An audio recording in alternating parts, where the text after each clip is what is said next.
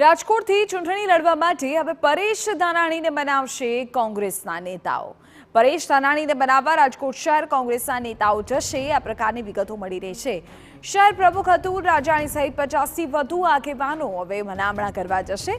પરસોત્તમ રૂપાલા સામે ધાનાણીને ચૂંટણી લડવા માટે મનાવવામાં આવશે। ઉલ્લેખનીય છે કે અગાઉ પરેશ ધાનાણી ચૂંટણી લડવાની અનિચ્છા દર્શાવી ચૂક્યા છે। મોહિત ભટ્ટ અમારા સંવાદદાતા પૂરી જાણકારી આપી રહ્યા છે। જી મોહિત। વિધિ રાજકોટ લોકસભાના કોંગ્રેસ ઉમેદવારનું નામ હજી જાહેર થયું નથી અને જેને લઈને હજુ પણ પોકળું છે તે ગૂંચવાયું છે।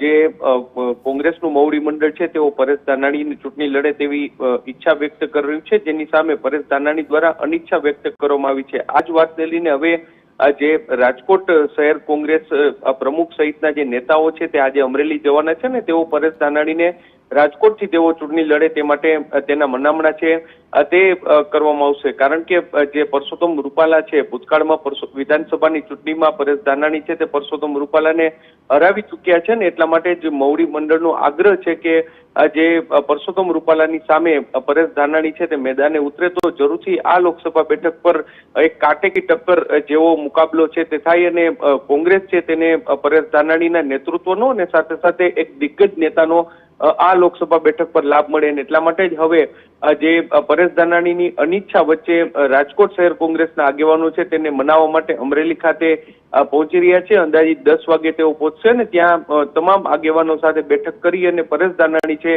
તે રાજકોટ લોકસભા બેઠકમાંથી ચૂંટણી લડે તે માટેના પ્રયત્નો હાથ ધરશે। જી બિલકુલ, જોવું ખૂબ જ રસપ્રદ રહેશે કે પરેશ ધાનાણીની હા આવે છે કે ના, કારણ કે જો પરેશ ધાનાણી લડે છે તો રાજકોટ બેઠકનું જે જંગ છે તે વધુ રસપ્રદ બનશે, એમાં નવાઈ નહીં।